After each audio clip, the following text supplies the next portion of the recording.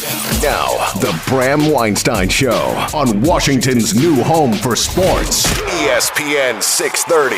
Hey, babies. Hey, babies, hey, babies, hey, babies. Hi, everyone. Hi, everyone. Hi, everyone. Hi, everyone. I'm vibrant, unlike some people I know in this town. I'm vibrant. Oh, okay. Took me a second. Captain Ted. What team is Captain Ted on? I think I know, actually. Well, he's a billionaire, so we all know. Yeah. I think we all know. All right. Let me get that out of the way real quick. There were no real sports to watch last night. Correct, yes. So unfortunately. Yeah. Corbin Burns on the bump for the O's, but that was about it. That's right, hon.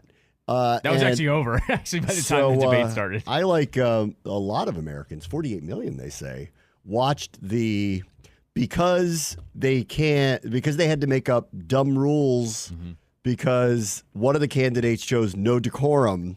They had to put a debate in a closed room, turn off when it wasn't somebody's turn to talk, like just happened there. Yeah.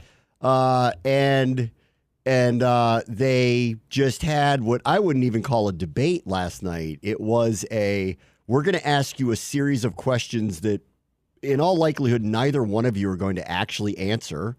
There will be no crowd reaction whatsoever to it.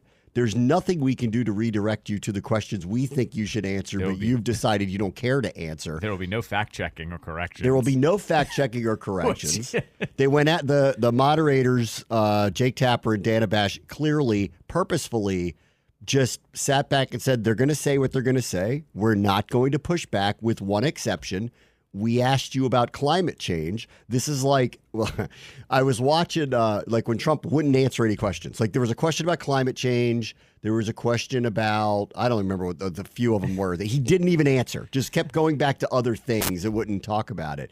And it reminded me of the testimony of Donald Sterling. Yeah, right. Where he gives this extremely lurid answer of why something sexually explicit happened with someone not his wife in the back of a limousine. And then it goes back to the lawyer saying, sir, the question was this your signature on a piece of paper?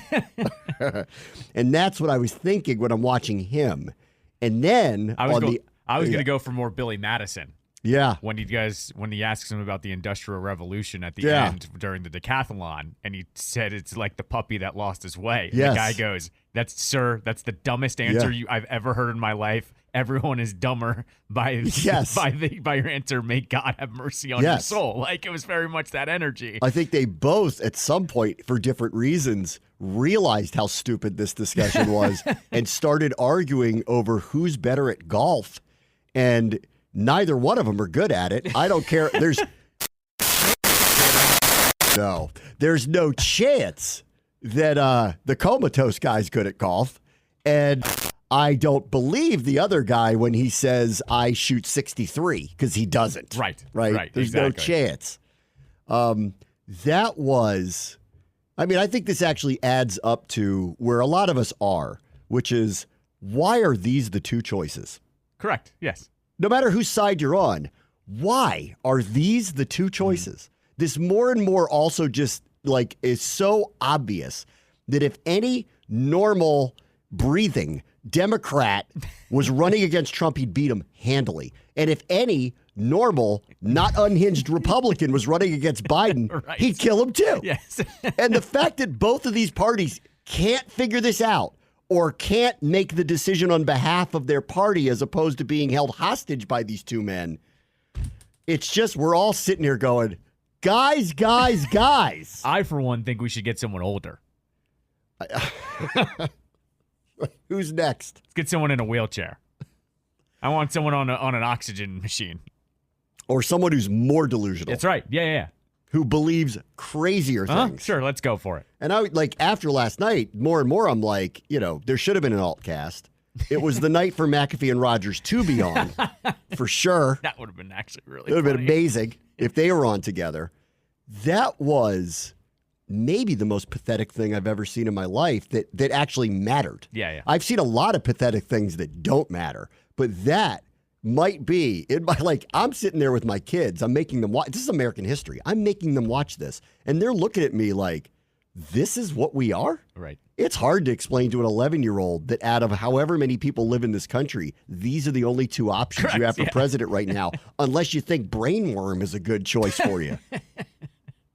Right. And his family, the Kennedys, don't even want him running for president. That's right. Yeah, exactly. Where are the real people that we can get behind to be the leaders of the next generation? Because this is ridiculous. Well, I mean, it's all it's not a hot take. I think anybody, I don't care how much you love Trump or hate Trump, because that's what it is. There's no I love Biden. It's I love Trump or hate Trump. That's where we are. Mm-hmm. And it's pretty split, right? It's pretty split on that. It's been pretty split. I don't care where you are on that spectrum. I think we can all, if we want to come to a consensus, I think we can all agree neither one of them should be doing this right now. Sure. Can we all agree to that?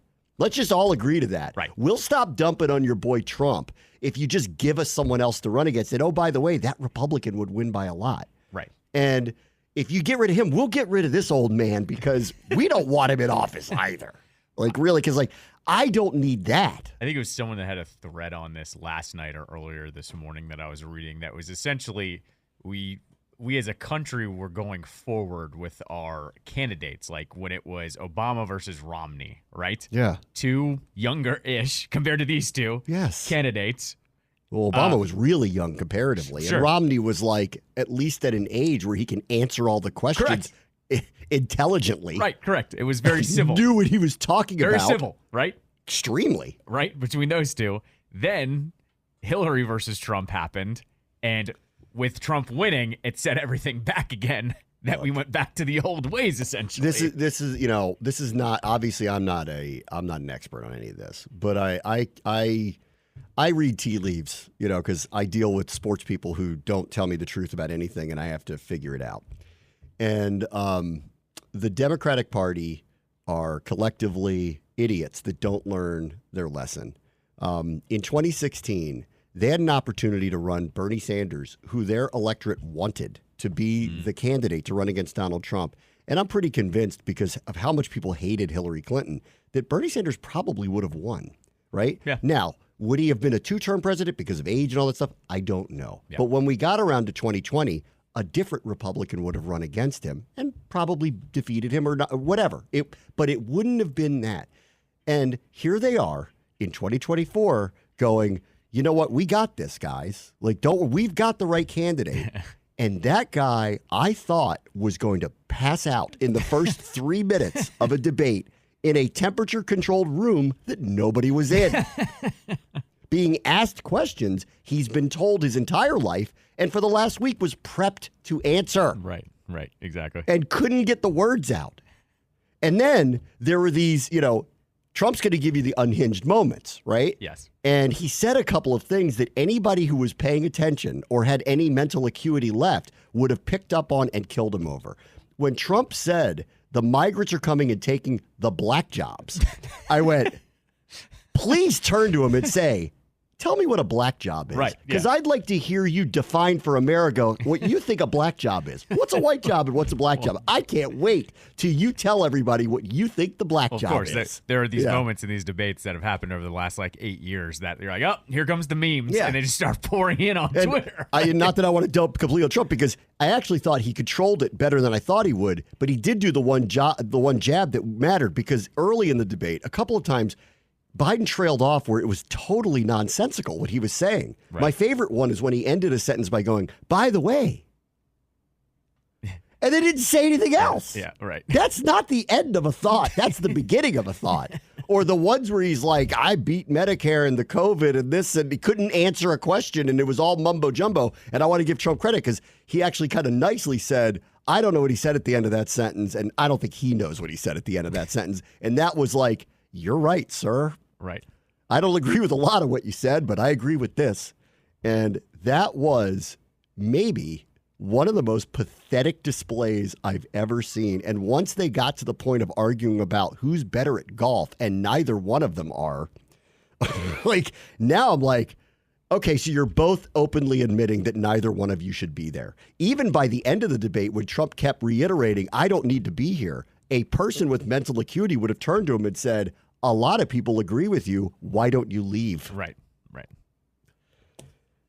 At 4 o'clock, I'm going to do a sports radio segment, people, because I've been racking my brain. What in sports was so obviously like a bust like this on the biggest stage? And I think it has to lead into who showed their age in a way and got exposed at the worst possible moment, because that's what happened last night.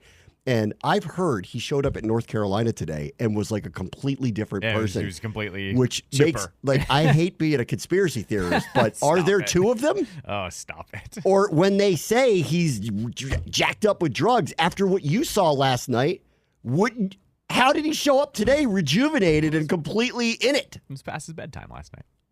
Past both their bedtimes. So they should have agreed to have the debate at 2 p.m. is what you're saying? Yeah. Or 11 a.m. I think 11 a.m. actually would have worked better. I actually think in the end, this is going to do the service. Brunch debate. Why don't we just get DC's all about brunches these days? Keep this in mind, too, and this is the important part. I don't know why both agreed to do this in June, but they did. Yeah. And that never happens. Like, this is before the conventions. Technically, at the conventions, the parties can change their mind. That's right. Yeah. They can. That it's against the will of their electorate, but they can do that. And they probably need Biden to step down to really do it, which, buddy, if you're anybody, not that I'm telling you something you don't know, but listen, I've seen a lot of end of eras, and I know how it goes, and that was one of them. There was a couple speeches last year with Ron where I went, okay, it's over, guys. It is over. Never I mean, that bad. Well, it wasn't that bad. No. It wasn't. I haven't seen anything that bad. Nothing that bad. There were some moments over the years, though. There's plenty end of era speeches. There's plenty. That's Biden energy if there ever was. Maybe there have been. Maybe that's the direction we need to go. What is the best sports end of era speech that you ever heard? Because it was over last night, and you all know this. It's time to get a new coach. Like you know it, right? You know this now, right? Except that was before he got fired. He was still let on for another year. Who's that? Rivera. We can get eliminated. Yeah. That was pretty bad. That's Biden energy right there. It was the right, yes. Yeah. And I always heard, remember how many times did people complain about, that he just had his arms crossed on the sideline and was not upset enough. Yeah.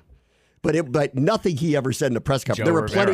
There were plenty of moments where Ron was kind of clearly missing the mark with the press conferences, but not like that, where I was actually wondering, will he pass out on the stage, which is what I thought might happen. That's fair. He looked old. He felt old. He sounded old. And I swore I thought he was going to have a stroke right then and there. And I was nervous. I'm like, but come on, guys. Today, you know, right? It is time to change course. It's not too late. And this is the good part about having a debate now, which I don't understand why either side wanted to do that, is that there was going to be an obvious winner or loser here.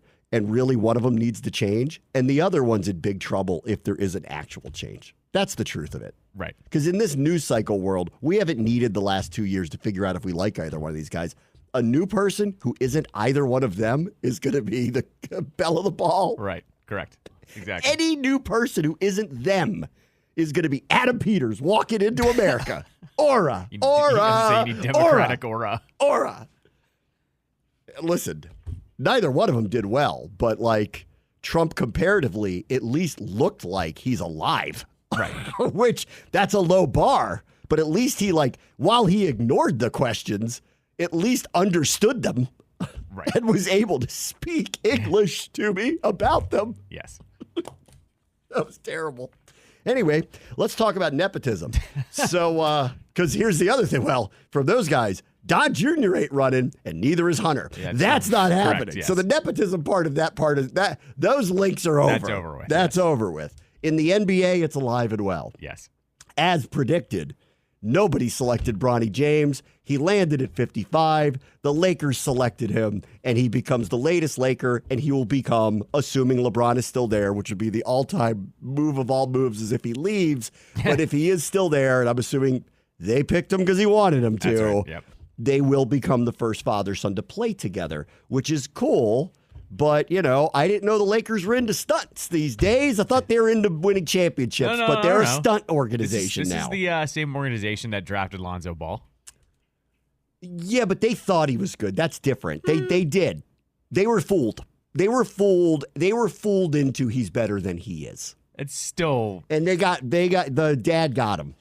He sold. Rooked. They got he rooked sold. a little bit. They did. The Lakers don't get rooked. They got rooked, but they got rooked with the right reasons in mind. They didn't pick him because they thought it'd be a stunt to sell tickets. They picked him because they legitimately thought he was good, right? Turns out he wasn't that good, and therefore they were rooked. This is clearly exactly what you think it is. It's a stunt. It's a stunt. And the weird part is they don't need to sell tickets. They don't have a reputation to build. They don't have to. Well, no, it's LeBron. I mean, it's not a stunt. It's LeBron wanted his son on the roster. Right. LeBron gets a roster spot. But the Lakers at some point need to become the Lakers again and get out of whatever mind warp that they're in, that they have to do everything for one specific player, because that's all they're doing here. The second round pick, though. I mean, this wasn't the 4th overall pick. I hear you. But it's not the biggest deal in the world. Other than, let's just say he's really not ready to play very much. Mm-hmm. Well, LeBron tells you he is. Right. So it is a stunt. He's going to be on the floor with his dad. That's going to happen. So I hope he's good enough to play. But, they're going to put him out there no matter what. So it's not like he has to earn his playing time or decide where he's going to play. Dad's going to tell new coach who's never done this before and used to do a podcast with, that's where my son's going to play. Right. So it's a stunt. It's all it is. And whatever, an other organization doing this, if the Wizards did it, I would have been like, it wasn't that long ago that they did do things like that, which is why Tony used to make fun of them all the time. You're Les Boulets because you have the same dumb record every year and you do things like this. You have stunts. And this is what the Lakers are today, in my opinion. They're a stunt. Now they have to explain it, right? Mm-hmm. So while everybody on CNN and Fox were full hyper spin mode last night trying to figure out what in the world to say about that, Rob Pelinka knew this was going to happen, was told this was going to happen. The reports are, and I'm not surprised, Rich Paul told every other team, do not do this. Don't take them hostage. We know there's probably a thought in your mind that that'd be funny or worthwhile. We'll get you something, but that's not going to work well. And he has too much power to tell these GMs to go, if you ever want to work with me again, you're not going to make this happen. And the truth is, you don't want him anyway. So you'd only be doing it to hold him hostage. It's just a headache. You're going to give me a headache, and then I don't like you anymore. Right? So Rob Pelinka's had a couple of weeks to think about, how am I going to spin this? Mm-hmm. And this is what he came up with. Welcome, everybody. Good to see you guys on back-to-back days. I think about the Los Angeles Lakers. I think about, a franchise where basketball history just sort of unfolds and takes place. I mean, if you think back to the origins of the game of basketball and Dr. Naismith and Peach Basket and all that's emanated from the invention of the game, and you think that in the history of the NBA, there's never been a father and a son that have shared an NBA basketball court. And that feels like something that could be magical. And we know and have to respect, of course, that LeBron has a decision about his opt-out. And I'm sure he and his family and his agent will deliberate what they're going to do there. And of course, he has freedom to decide whatever's best for him and his family. But if it worked out that he was on our team next season, NBA history could be made. And NBA history should be made in a Lakers uniform. So that's just sort of globally how we feel about the draft moment. But more important than that is to talk about Bronny James as a basketball player, because this is his day, and he was the one selected with the 55th pick. Bronny is first and foremost a person of high character, and second, he is a young man that works incredibly hard. And those are the qualities we look for in drafting players and adding to our developmental core at the Lakers. He had a great draft workout with us where he displayed those qualities to me in a hour lunch that we shared in the building just to get to know each other. Became clear that he was a man of character. In terms of his work ethic, I think we've all seen that lived out too. He's not a person that has ever taken shortcuts or expected or been entitled about basketball opportunities. He's worked for everything that he's gotten, including being selected today at 55. So it's an honor for us to add him to our program. Coach Reddick is already excited about putting a development plan around him to increase his basketball skills and turn him into the player that we think can impact and help this franchise. So with that, I'll open it up for questions. Okay. So that's his explanation for it. Mm-hmm. And I would have, just in a little bit of free advice, I would have he had 2 points to make. One, we picked him because he's good. We picked him because we think he can develop. We picked him because he is of high character. We picked him, he's a hard worker. That should have been the first thing out of your mouth. Yes, correct, yeah. Because the other part only goes back to what I think about the whole thing. You did this because of LeBron. And the part of the, if he comes back to play, what a cool moment that would be. Let me ask you a serious question here, sir. Would you have picked him if you didn't think LeBron James was coming back here? Right, yeah. So are you holding him hostage? Yeah, right. Which you're not. You know LeBron is coming back because you picked his son and the coach he wanted. Right. So this is the second time in a week that someone, a spokesperson for the Lakers, has tried to pretend that he doesn't know what LeBron would do if they pick his son and which coach he wants, which they said he had nothing to do with. What are they so afraid of? Why can't they just tell the truth? It is so blatantly obvious what they're doing. You're acting like we're idiots. Why would you act like when are you going to be the Lakers again? Right, right. Well, you're the Lakers. That's the whole point. They're not telling you that, even though we all know. You're not a run-of-the-mill, nothing burger, never won nothing NBA team. You are maybe the biggest brand in sports. You are certainly the biggest in your sport. I don't know who's got you beat. Yankees, Cowboys. That's about it in American sports. Biggest brand. Let's throw the Celtics in the same ring. Sure. I mean, Celtics, sure. Celtics, yeah. Cowboys, yeah. Yankees. Who else? Unless you pick a college program. Red Sox, maybe. I mean, Duke basketball, yeah. Red Sox. Right. You're one of those. Yeah. You're one of them. You're the S tier. You are not acting like it. Right. You are acting like you are completely beholden to one player. And in the meantime, when anybody says, name the top 10 greatest basketball players of all time, 5 to 7 of them played in your franchise. That's right. Right. You've won more championships than anybody but one. And you lost many of those championships to that team back in the 1960s. Right. So you were in all of them. Why are you acting like this? Mm-hmm. And I'm not against Bronny James. Like I want him to have a great career. I think he's unfortunately like any kid who, does the same thing that his dad does, and his dad happens to be world class and one of the best ever at it. That shadow is going to loom large on him, and that's very difficult. And I feel for him in that way, actually, because he'll never be as good as his father. I think everybody, he's a second round pick. Like he'll never be as good as his father. Nobody is. There's 3 people in the world that were as good as his father at this. So I feel bad for him in that way. But I also, in some ways, feel like this is not the best way for him to get his career off, because everything's being coordinated on his behalf by his dad, who wields more power than any player I've ever seen, and he's wielding it against an organization that shouldn't be beholden to any one singular player ever. Well, yeah, I mean, the whole actual point of all of this that was ridiculous was he should have gone back to college somewhere. Maybe. For at least a year or two. Well, like, look where he was drafted. Yeah. Barely got picked. Right. Because guess what? Right. He happens to be not that good. Correct. And yeah, I think he probably should have gone to college for one more year. And I don't know how he feels about, play. Maybe he wanted to play with his dad. Maybe that's part of his thing too. I guess. Maybe. And I'm not against that. And the whole point of like, this is NBA history. I agree with you. It's going to be a cool marketing moment for the league. It would have been really, if he was on the floor against his dad, it would have been an NBA first too. Yeah.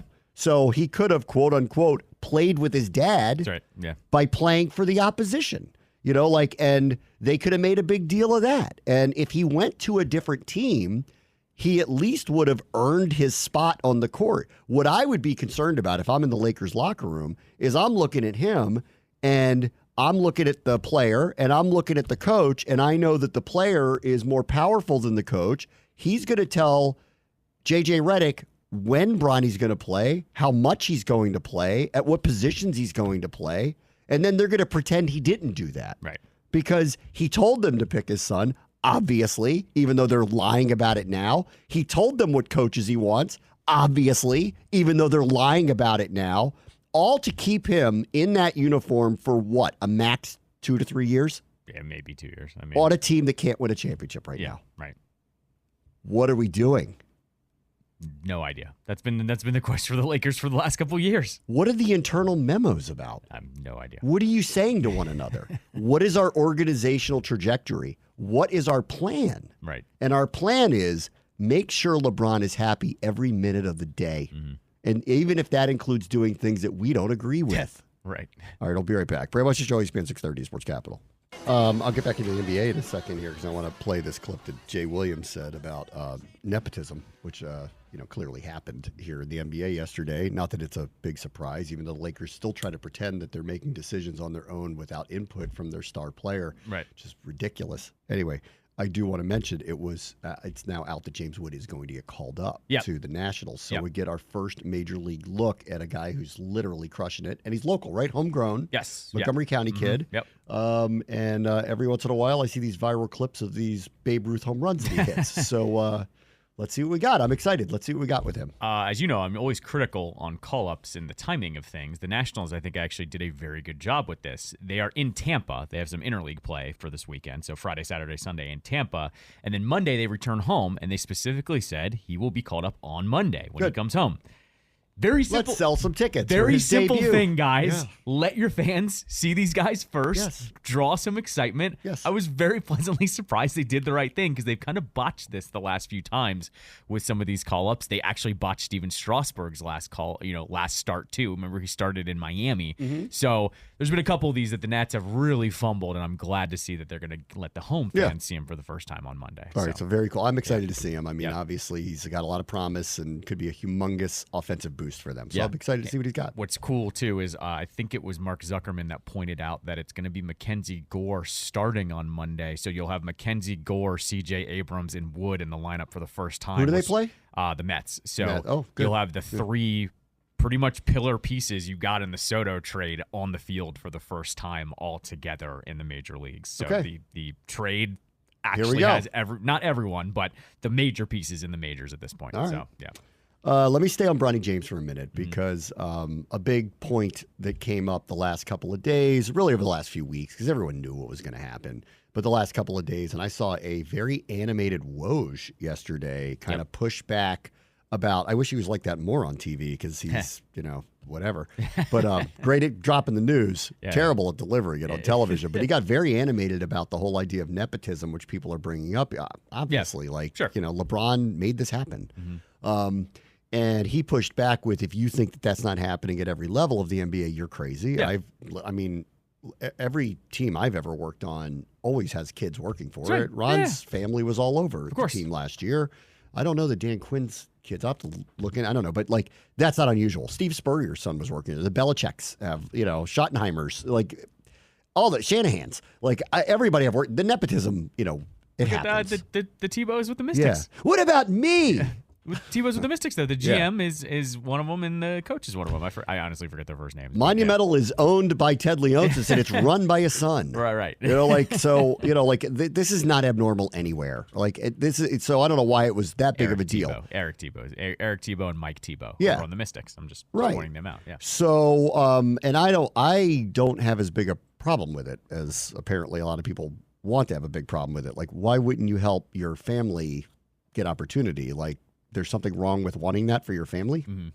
I don't know. I mean, I'll hear out the make it on your own and, you have an advantage. But in the case of LeBron James, I would argue LeBron James made it on his own. Right. And now he's in a position to help out his kids and his family. You're going to blame him for, of many things I'll blame him for and I'll blame the organization for. I'm not going to blame him for trying to give his kid an advantage. Right. Why wouldn't he? Sure. So I don't have an issue with that. I think when it comes to the nepotism chatter, it's more about the ones that get the opportunities and then they suck at their job. Sure. And those, that happens, obviously. But then there are the ones where we're talking about where, the Tebows don't get those jobs over with the Mystics because of their last name. It's Kenny Albert's dad is Marv Albert. Correct. Kenny Albert has turned into a fantastic broadcaster on his own accord. Joe Buck's dad was a broadcaster. Of course. Yeah, absolutely. This happens this is every business. Yeah. Go ask the Myers and whatever firm. You know who the second Myers is? That's his kid. Yeah, right. Like this happens everywhere on every level in everything. Correct. And, if I'm ever fortunate enough to put, if my kids want it, help them in some way in the industry that I'm in, of course I'm going to. Right. If I have the ability to do it. I, unfortunately, am not the LeBron anywhere. I say you're the LeBron of NWSL radio calls. Well, I don't know if that's the spirit about that. I don't know. I don't know if they think of me that way yet. We'll have to find out after the season if they think of me that way. Fair enough. Yeah. I might just be a flash in the pan for all they know right now. We'll find out. Got it. Anyway, but I did think what Jay Williams talked about was interesting because the nepotism part, almost all of these examples we've given are white people. Yeah, of course. Yeah, right. Because culturally Especially they've in had Hollywood, the advantages. too. Hollywood is where it's actually Yes. the main conversation of this comes up, but it's mainly white. So, but I mean, that's changing. Even Will Smith's kids. Sure. Yeah. Will Smith's kids. Both talented, though. I mean, very. like, that's what I'm saying. Like, I think and it has to, in the end, in entertainment or in sport. In Bronny James' case, like, he better be good at basketball or he won't be playing it very long. That's right. I mean, like, there's no can't hide pathway. that. Yeah. Yeah. If he can't guard anybody or scores 1 point a game, he's not going to play very long. Right. That's the reality of it. Anyway, Jay Williams talked about that aspect of it, which is black nepotism. And maybe everybody ought to back off here a little bit because when we talk about nepotism, we're actually not talking about black people. Yep. So here's what he had to say about it.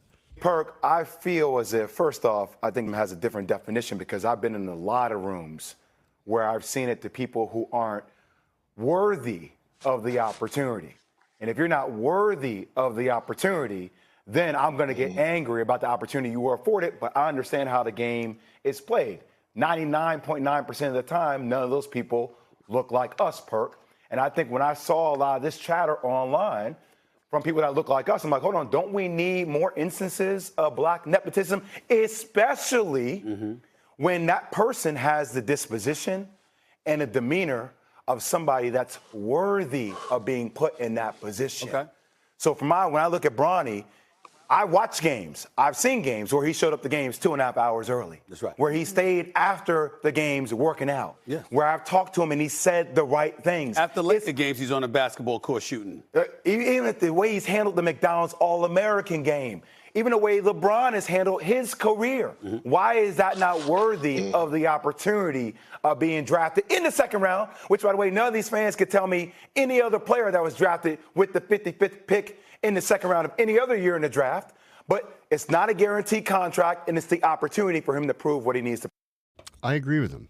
I think like this, like all the examples we cited, and there's a million more. Yeah. Like this is not abnormal, especially in sports or really in any industry that's hard to get into. And entertainment falls into that category too. If you have an advantage, your parents, if they can, are going to help you if that's what you want. And that's all LeBron did here. And I more blame the Lakers for letting it happen because he's a player. And to win, you need good players. And maybe he'll end up being one. And I don't know whether he will or he won't. But clearly we know why he's there. Nepotism. I don't have an issue with it because it's happened at all levels. And if, we're at a point where someone's delineating between a white family that does it or a black family that does it, well, that's where I actually have a problem with it. Sure. And so I appreciated what Jay said here because I think he's going, yeah, this happens all the time. So why is it an issue when it's somebody that looks like me? Right.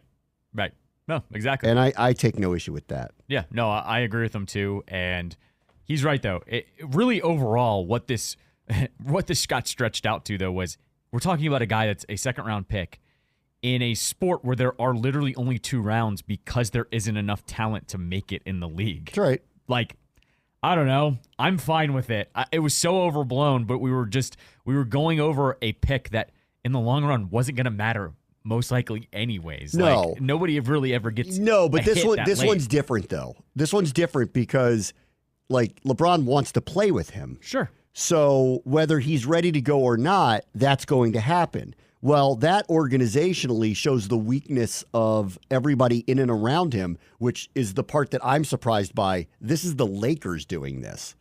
The Lakers, biggest brand in sports, Yeah, but I would willing to kowtow to a player who's going to retire soon to satisfy his whim and fantasy of doing something that's not potentially at the benefit of the organization, other than it's an incredible photo op and a footnote in history for them where they own most of the footnotes. Which you could argue is more valuable than whoever they would have selected. I guess. I'm sure. just saying, I think there's a legitimate argument to that. I mean, I feel like, too, I guess once LeBron retires, all bets are off at that point with him. Correct, yeah. It exactly. is. Yeah. And they're going to tell him that. Correct, yes. Or not tell him that, and then it'll play out how it plays out. I would say this, too. Like, and if he's good enough on his own merit to be a starting player in the NBA, great. Yeah, I think they're playing with house money at that point. I would say this, too, though. If there was another star NBA player that is a legend, maybe not even on LeBron's status, but said, hey, I have this guy I want to play with. If he's there in the second round, can you guys take him? I think a lot of organizations would actually listen. Yeah, I guess. You know what I mean? It wouldn't be an every year thing, but it would be a like, hey, this is a guy I grew up with, or hey, this is my buddy's friend. I mean, or my I hear buddy's this son. all the time. You hear this all the time with like, you don't think they didn't ask Jaden Daniels? Is there one of Correct. your teammates in the 4th or 5th round, and we'll take a look at him? The story. We'll take a look at him. The story with Joe Yeah. Gibbs with Clinton Portis and Sean Taylor. Yeah. He said you got to draft this guy, and they drafted Sean Taylor. Yeah, So, like, well, Sean Taylor was an amazing talent who was going to go in the top 5. Agree, but- Like to somebody. Agree. That's like this often happens in the 4th, 5th, 6th round where somebody will say, "Hey, you got to look at my guy." Sure, right. And in that case, like that can be a good hint. Right. But it's not a. That often is look at him because I think he's a good player and you're going to like having him here. Not a. It's my son. Do me a favor. We're going to make history together. Sure, but like that's what I'm saying though. This is so unique that I think even if it was a different kind of pivot scenario of like, hey, this is my family friend. Can you draft him in the second round and let's see what we've got here? Yeah. You know, like I think most teams would say, though, to that person, they better be good enough, and I'm not going to do it if they're not, because course. we're not wasting a roster spot because we want to make you happy and bring somebody in here to fulfill some dream. This isn't fantasy camp. No, I agree. Right? You know, we're trying to win here, guy. Right. All right, we'll be right back. Bram wants to show ESPN 630 Sports Capital. Towards Bethune. A lot of space here in the open grass. Heading towards the box. Puts it back in the middle. Perfect pass. Courtney Brown towards the net. She scores! Unbelievable pass by Bethune again. Finds Brown, who beats Berger, and the spirit of the lead. Back to the voice of the burgundy and gold, Bram Weinstein, on ESPN 630, the sports capital. That was a fun one last week up in New Jersey. First time we ever did an in-person road match, and the Spirit did not disappoint, beat Gotham 2-0. That was Courtney Brown's first career goal. And earlier this week, I had a chance to catch up with her as we get set for tomorrow night's match at home against North Carolina. Here with Courtney Brown. Congratulations, first goal. That was awesome. Thanks. I was super excited about it. That was an amazing pass. We're getting used to this with Croy, but were you surprised the ball found you where it found you?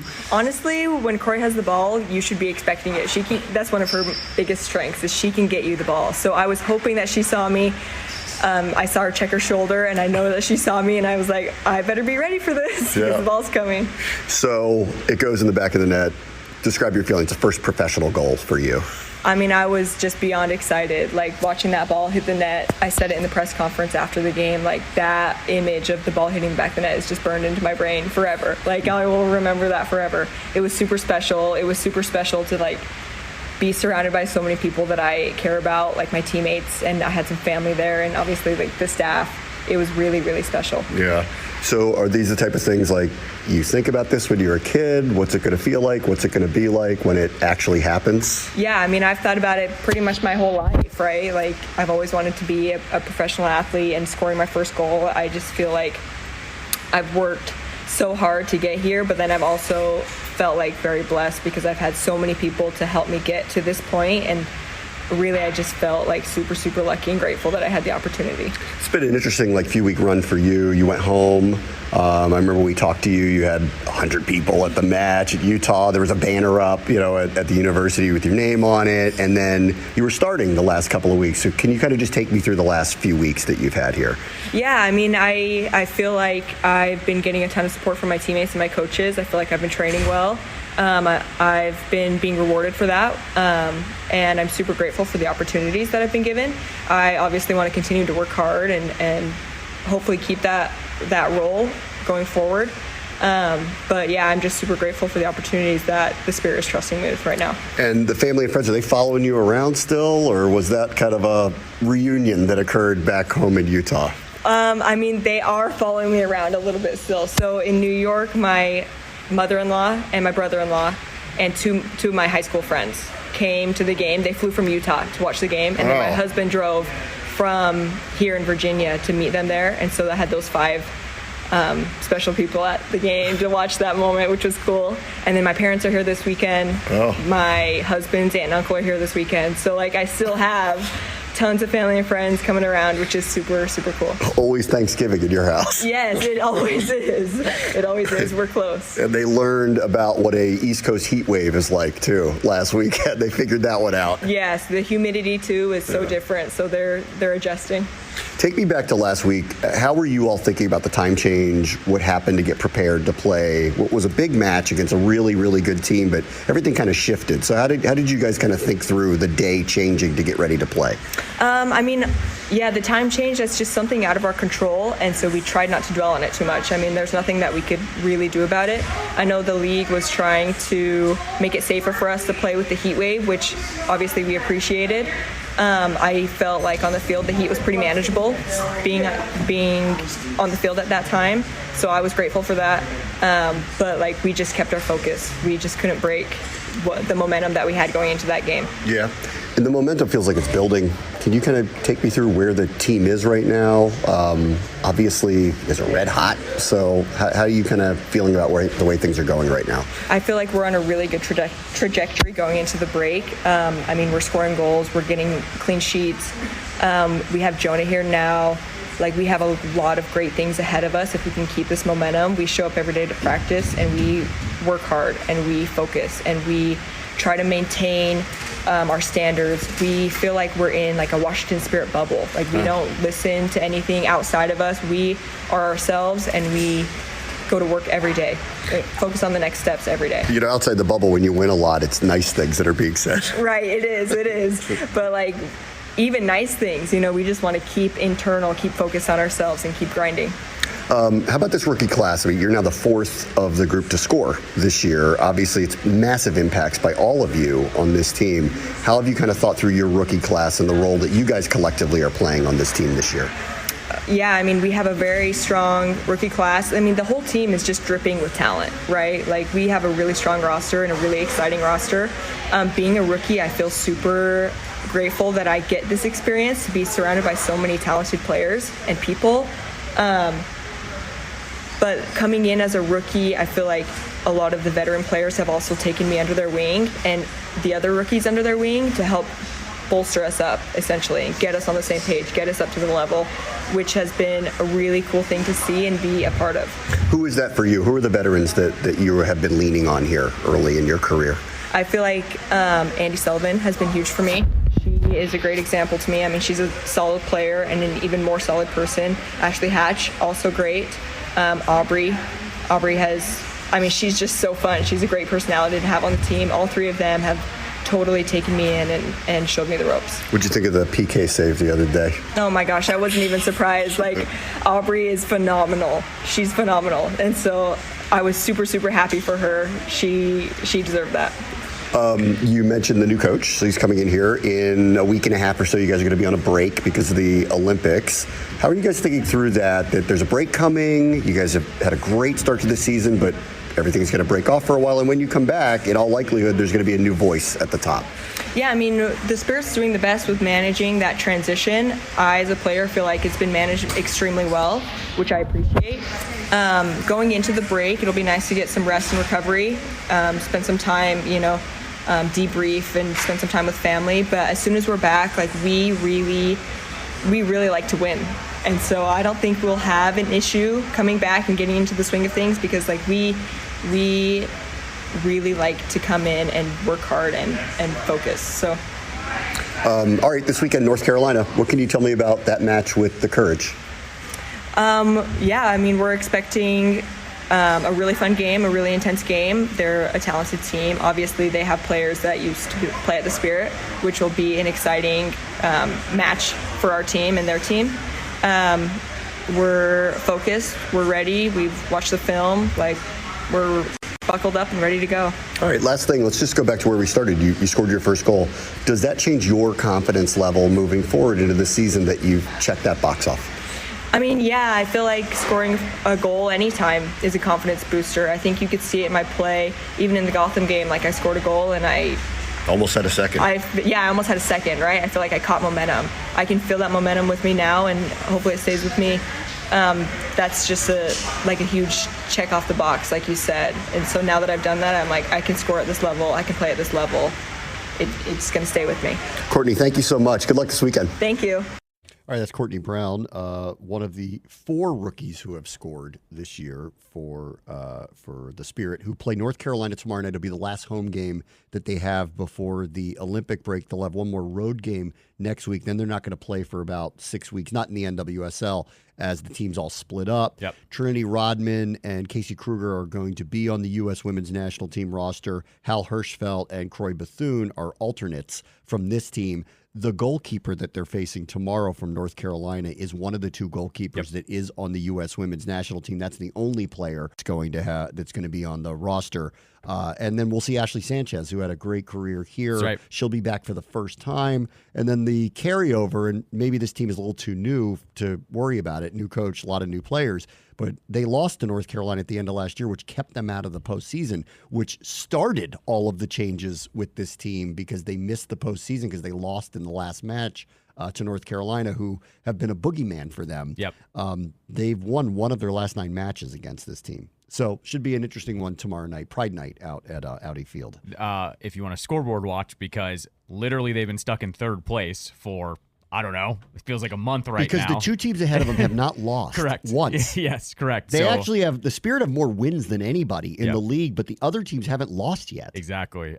Kansas City plays tonight. I'll be keeping an eye on that. They're playing Houston. Houston's not that good, so that's probably going to go KC's way. And then Orlando plays on Sunday night. I'll be paying attention. They're going up against Angel City. So I'm at the point now where I want to start watching some of these other teams because I feel like they just need a break at one point and they're going to pop up above those 2 teams. So we'll see what happens tomorrow. They're 1 point back, both of them. And to everybody out there, I mean, they broke a record last time, sold out Audi Field, had standing room only tickets. Let's see it again tomorrow night. It'd be really cool. They already opened up the upper level. Weather should be solid tomorrow, and it's the last home game you can get to until literally end of August. So that's right. If you want to go. Yeah. I should say in NWSL play. They've got those international games that they're coming in for a little bit, but NWSL matchups. And I was like doing the math last night because basically 9th place, which is, be out of the playoffs, they're like 16 points behind them.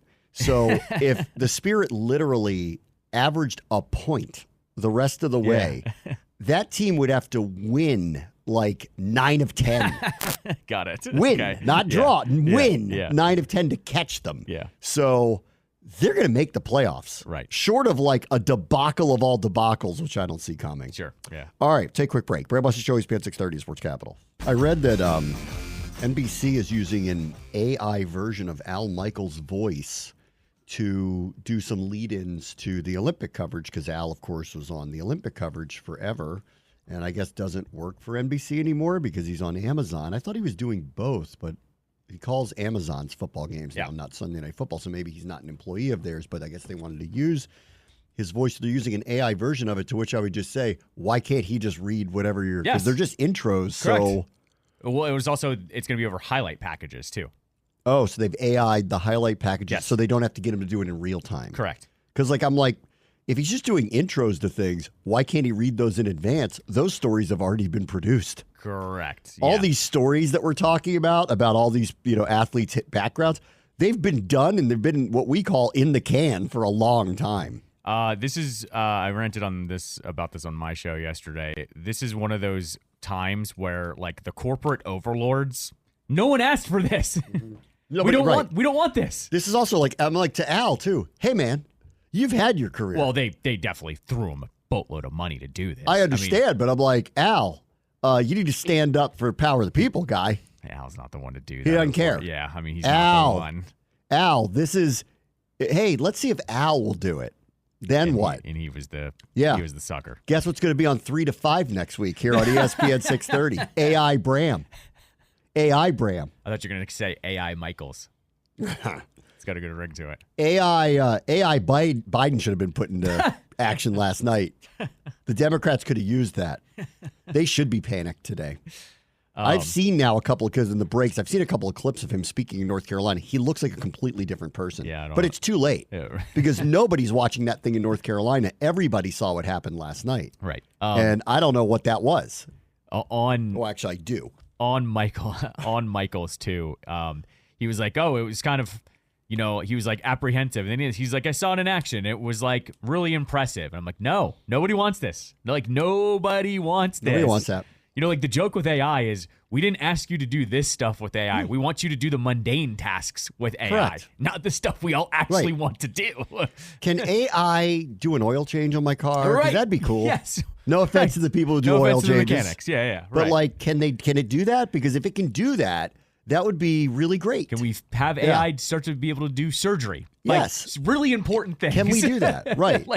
Can AI help me write a really minor little thing, but I actually read it? That'd be great. Can we do that? I'd rather have it not infringe on, though, the Right. people that call sports, art, music, Correct. all of the things that I Right. really like enjoying, and I don't want to worry about a computer ruining I it don't all. want AI Kendrick Lamar. I want real Kendrick Lamar. Right. Drake might want AI Drake these days. He might do better than real Drake. But, but that's just me giving my opinion on things. The president could have used an AI version of himself last night. Right. That was terrible.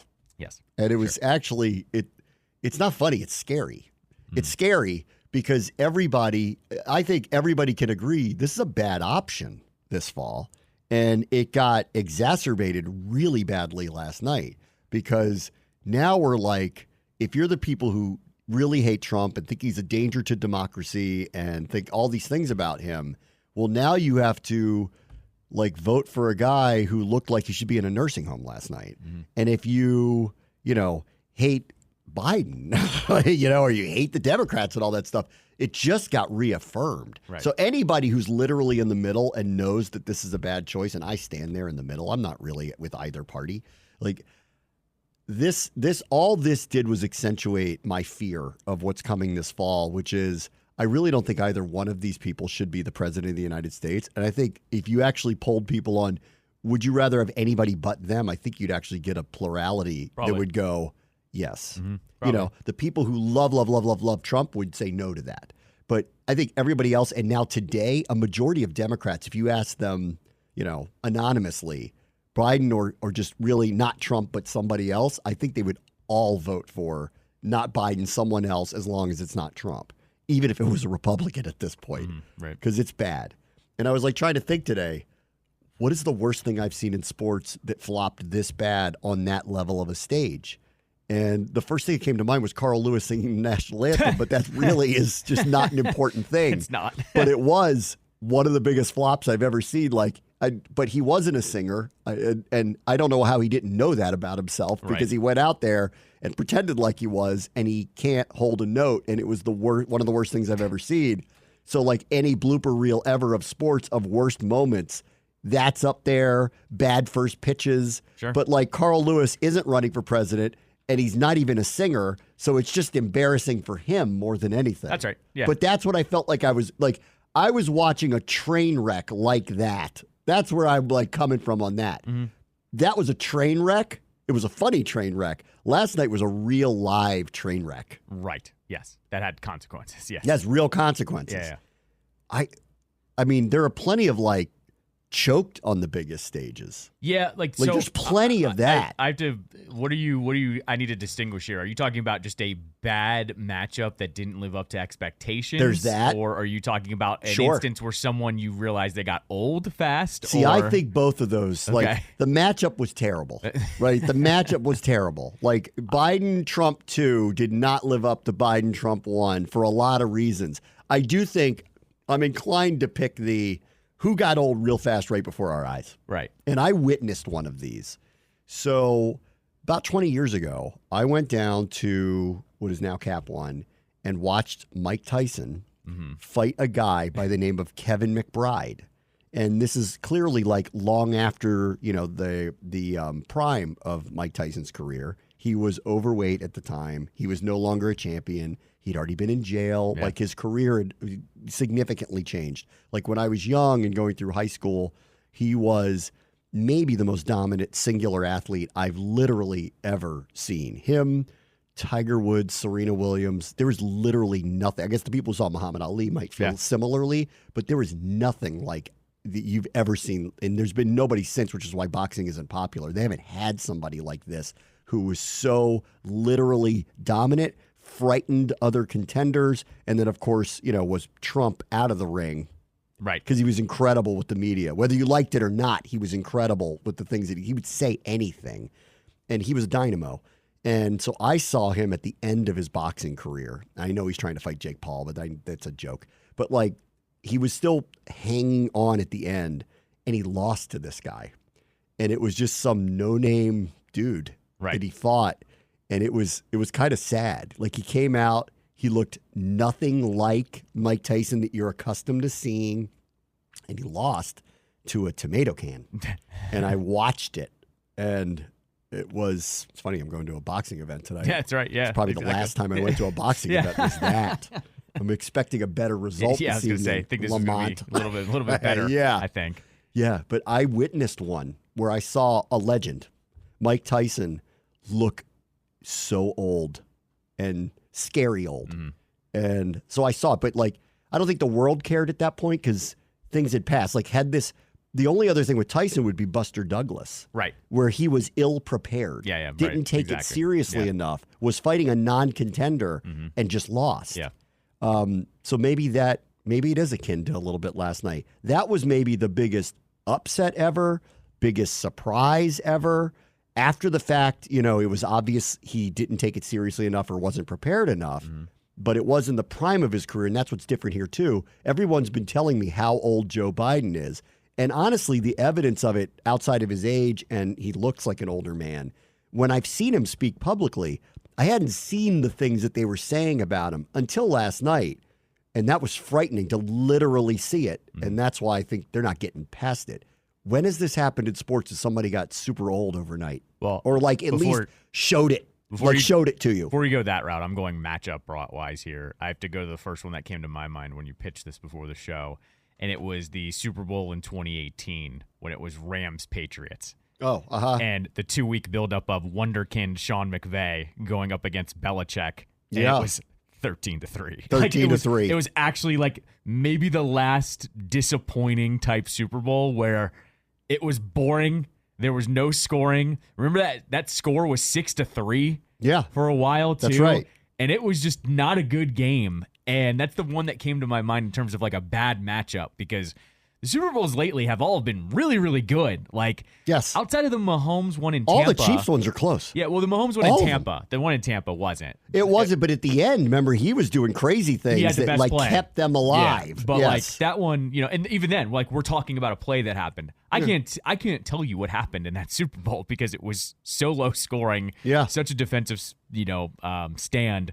So that's in terms of disappointing games. I'll go with that one. Old overnight, it's hard. I got a couple of them, but they're injury related. Yeah. Like Peyton Manning. Yeah. When they were putting Brock Osweiler in over him. Yeah. He couldn't throw the ball more than 10 yards down the field. Yeah, that was this that happened to Roethlisberger too. Yeah. At the end where they went a little too long with him. They didn't have an answer and they just trying to stick it out. But that was his elbow was dead. And with Manning, he had nerve issues. Yeah. And he couldn't throw the ball anymore. And it was seeing him is similar. Like seeing him, but it was not age, it's injury related. I guess similar, but like his career was over. Yeah. Like it was just so obviously over that he shouldn't be out there. And it was on the biggest stages. Remember, they were heading to the Super Bowl. So it was on the biggest stages that it was obvious that he was done. Mm-hmm. That's right. Yeah. That was pretty bad. I'll go with I don't have a pinpointing moment there, and you're right, it's injury related, but same thing, it's old and injury related. That last year for Kobe was rough. Remember that was like really bad. Like he summoned it up for one big one at the end. Remember that? Literal, right at the end. Yeah, the literal But last game. It was tough to watch him. Right. He was trying to get off of this injury. He was removed enough of it to do it, but that injury is devastating apparently for a basketball player. And he had gotten older. Yeah. And he just wasn't the same player. And he couldn't swallow his his pride either. Like that was always the thing with Kobe. I'm a little worried about Ovi this way because off of what happened last year, where there was a stretch of time where he just did not look like he was anything even remotely close to what he used to be. Then he was. Yeah, correct. Then he was. Then the playoffs rolled, or the end of the season and the playoffs rolled around, and he was out of gas. Yeah, it was kind of like that. So I don't really know what to expect from him. I think he's going to break this record, but how long it takes for him to do it and how old is he going to look during that, I think is an open question. Like, he's going to get there because he's just too close. Will he do it in 1 year? I don't think so because I don't think after what I saw last year, I don't think he's capable of having a full season like that. It's going to be stretches where he's himself. So how long does it take him to crawl to this, I think is a question. And I don't want to see it in the sad way, which is he's barely skating. He gets a few open net goals. They throw him out there to get some gimmies. Yeah. I have a feeling we're going to see a little bit of that as he gets to this record. Depends. If he rides a camel before the season, then maybe he'll be good to go. Yeah, maybe. That was the turning point last year. Maybe. I think, I was like, what are the worst things I've seen like this? Like, there's plenty of chokes, which I don't know if this was that. I don't think it's that. Because we are talking about a quote-unquote regular season game when you really think about it. But it's a big one. Sure. It's a big Sunday nighter. It's a big one. But it's still not the playoffs or the Super Bowl. I feel like it might have been for Biden. Okay. Like, in the end, I didn't know this going in. I also didn't know he was going to look or sound like that. Sure. And once that happened, I went, it's over, guys. And you know it. Right. Because anybody who's not paying that close attention doesn't really love either one of them. Just thinks of this guy as a nice old man. Mm-hmm. Just realize he's a nice, really old man. Mm-hmm. And you know who doesn't get votes? Nice, really old men. Right. Even if you're like, I don't really love Crazy Pants over there, but Crazy Pants at least is talking to me like he's in the room with me. Yeah, sure. The other guy's, going to go get his oatmeal after this. Like, this isn't good. Right. I don't need him talking to Putin. I don't want either one of them talking to Putin. I really don't want him talking to Putin anymore. Correct. Yes. I'm trying to think who else got old overnight, though. Overnight old. See, a lot of these guys, though, like the big legends, too, they don't just age out. Like Jerry Rice played with a bunch of teams at the end. Like he was on the he was on the Raiders and on the Seahawks. There's been a lot of, Like he went on a just little bit of a quit. tour. Yeah, wouldn't quit. Wouldn't quit. But Emmett Smith had that. Patrick Ewing had it. Yep. Patrick Ewing played with the Sonics. Yep, right. He was old. Yep, he was exactly. riding the bench. He was just trying. And, I don't blame anybody for extending their career, but the guy was a career Knick. He's an all-time great Knicks player. He's going into the Knicks, whatever. And then there he is in a Sonics jersey. It'd be one thing if he was still Patrick Ewing really good, but he wasn't. Yeah. And that's always hard to watch. Or like Emmett Smith played for the Cardinals, and he was never the same player. Like on that note, too, let's go to Shaq at the end of his career. Yeah. Shaq at the end of his career. Let's see. Because it was like every year. He played for everybody. He was signing on a one-year deal on everybody. He was, of course, started with the Magic, Lakers, Heat, then Suns for 2 years, Cavaliers for 2 years, and then the Celtics for 2 years as well. So I thought he had. I think we were lucky with MJ here because he took a risk by coming out of retirement and playing for the Wizards, and it easily could have gone sideways for him and not looked like Michael Jordan. But he actually, I thought, played well. All things considered. Sure. Yeah. He may not have been that guy that was playing with the Bulls, but he didn't look like that. Right.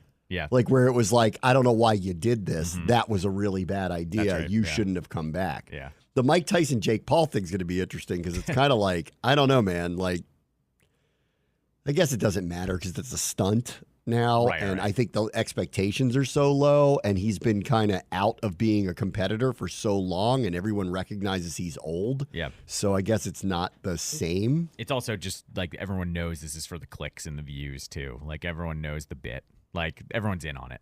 You know, you're not taking it seriously. I mean, there's got to be some coaching examples of this, of coaches who came out and just been around maybe just a touch too long. And it just became then readily apparent at the end that it's just time and you've got to step down. And that's it. And please stop coaching my team. And I can't think of one, but I know it has to exist. Come to mind to me because usually it's like a legend that's overstays by a year or so. And you can't really knock them for staying a little bit longer. No one I can think of.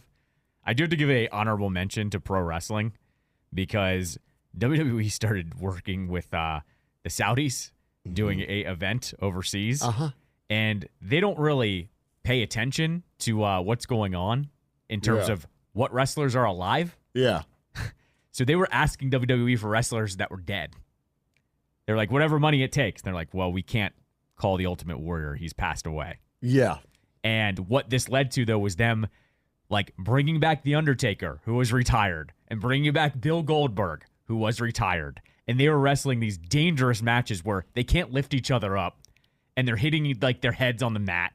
And wrestling is like this, though. None of those guys ever know when they're actually finished because someone Who's keeps the dude that them. we saw that's been around forever? Oh, Sting? Yeah. Yeah, but Sting can He's still like wrestle. in his 60s, he can right? still move, though. See, like, that's the difference. That scares me, though. Yeah, he retired, though. He retired this year. Yeah. He had a Somebody farewell that match. old shouldn't be throwing their body around. Chris Jericho's like that. in his 50s. I mean, but like, look at Ric Flair. Like Ric Flair actually wrestled until he was in his 60s, I think. So I mean, wrestling has it, and they just don't know when to quit. I was thinking about this too. Like, was this also what we saw last night? Because I really do think there will be fallout, and if they don't, the Democrats are idiots. I already think they are because like this is now the third election where I'm like, what are you guys doing? Like they barely beat Trump with Biden the last time. They shouldn't have run Hillary the first time. Everybody knows and been trying to tell him for 2 years that Biden needs to step aside and let someone else run. And here they are, and here he is mumbling his way through the Super Bowl. You know, like. Right. What are we going to call 3rd and 10? I don't know. Right. Like, whatever. I was like, is this the finale of like of an event? Like, did we see the finale last night? And I'm like, what are the worst finales ever? Lost was terrible. Seinfeld was terrible. I'm not a Game of Thrones person, but Game of Thrones is renowned to be terrible. People have argued about how The Sopranos ended, whether that was good or bad. I didn't have a problem with it. I didn't have a problem with but then I was kind of like, yeah, but those were shows that people wanted to see the finale of because they liked it. Yeah. This is a show everybody wants to end because they hate it. Right. So it's like, for me, it's like Big Bang Theory. Like, I want this over with. I've wanted this over with for years. I want to stop seeing these people win awards for a terrible program. Can we please end this now nonsense? You get all the spin-offs, though. Huh? Now you get all the spin-offs. It's like a finale of Flavor of Love. Can we just end this? It was fine for a minute. It was entertaining for a minute. Flavor of Love's like 20 years old. Man. It's fine for a minute. It's got to be over.